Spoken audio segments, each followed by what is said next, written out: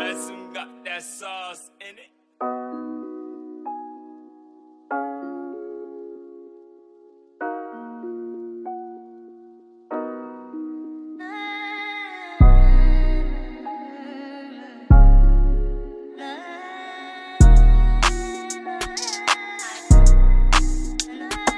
Hello, my name is Adisha Waldorfington, and I'm the convener of Christmas with the Elderly.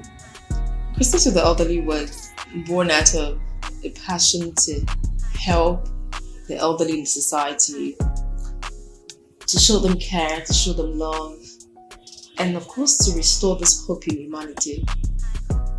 Nigeria has the largest population in Africa, and that means that statistically there are approximated 5.1 million elderly people living in Nigeria. They make up about 3.1% of the entire population. I think what that means is that if you look around us, you see an elderly person who needs some help, who needs some care. If you notice, the harsh economic realities of Nigeria makes it so difficult for the young person who is mostly even broke. But when it concerns the elderly person, imagine being a lowly and lonely aged person with little or no income source who is just waiting from dusk or to dawn or from dawn to dusk and repeating the cycle every single day. That must be a hard life, and that's one of the reasons why this initiative was birthed.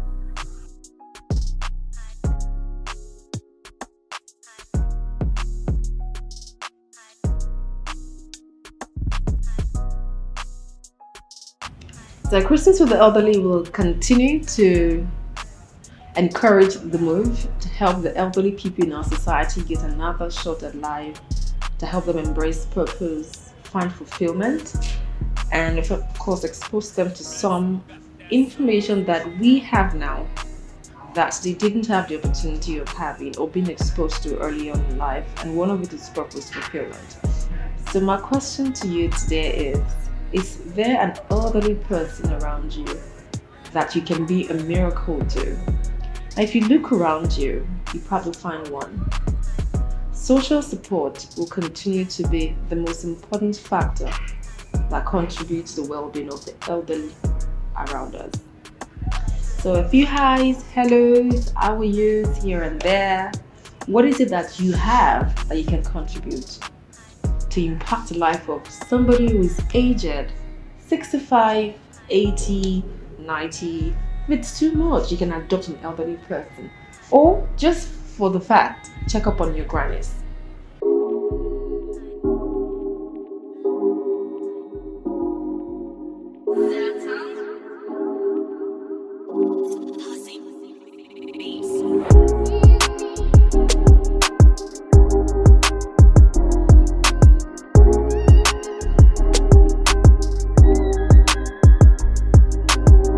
In 2011, the passion for the elderly that would be birthed as Christmas with the Elderly was actually sold in my heart. I was on my way out of town, so I joined the bus, and while I was waiting for the bus to get filled, there was an elderly person who walked close to the bus, and she was so aged and so frail looking. So I sat there wondering what she was doing out here all by herself. I had tears in my eyes because I had to get down from the bus and try to help her get on board. But then I started to imagine all of the old people who are either sitting at home or have to get things done by themselves. And my grandma, because on my t-shirt I have Bẹẹrẹ Shesi, she died in 2016. She was such an amazing woman. I saw her go from, the woman who was trying to conquer the world and make everybody fine, to somebody who could barely even care for herself. And so I understood what it meant for some aged people around us to not have caregivers, to not have people who would check up on them. And you would even hear myth like elderly people are in this part of the world, they see them as either they're witches or all that, and so people generally just want to let the elderly people be all by themselves. So I've always had a passion for them. So when I'm crossing the road, when I'm in the public transport, I just want to be there for them. But December 23rd of 2019, I organized Christmas with the elderly. That's where the name came from, because it was about Christmas time.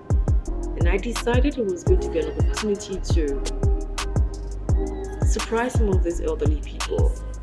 Now we chose a particular part of town known as Bẹẹrẹ in Ibadan, Nigeria, where it was a low income, area. I wanted to be able to give them certain things, so I asked for support from friends, from family, and I was able to get it done. And giving them food items, clothing, shoes, the necessary things they would need. And one of the things that actually inspired me was seeing the faces of those elderly people just practically light up. I mean, some of them just came out of their houses and they were shocked. They were asking, "Where are you from?" It only meant one thing to me. It meant it wasn't happening too often. They didn't see too many people come up to check up on them and give them things that way. And ever since then, I made up my mind that what started as an outreach is going to go beyond that, to even creating a home where I could have them over, people care for them from morning till evening, and at no cost on their part.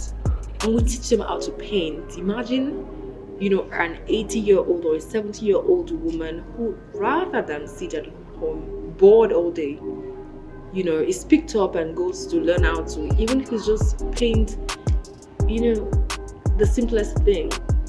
And then we serve as a link to sell their painting. So imagine all of that happening. The name Christmas with the Elderly is just a placeholder. That it started during Christmas, and the spirit of Christmas is to give, to love. And so Christmas is not particularly, maybe in my world about December, it's about every opportunity to touch a life at every time, whatever season. So I want these veterans to have an opportunity to feel love again, to embrace purpose all over again, and to go to bed every night knowing that they are not forgotten. We need them and we love them. And you too can be part of Christmas with the elderly.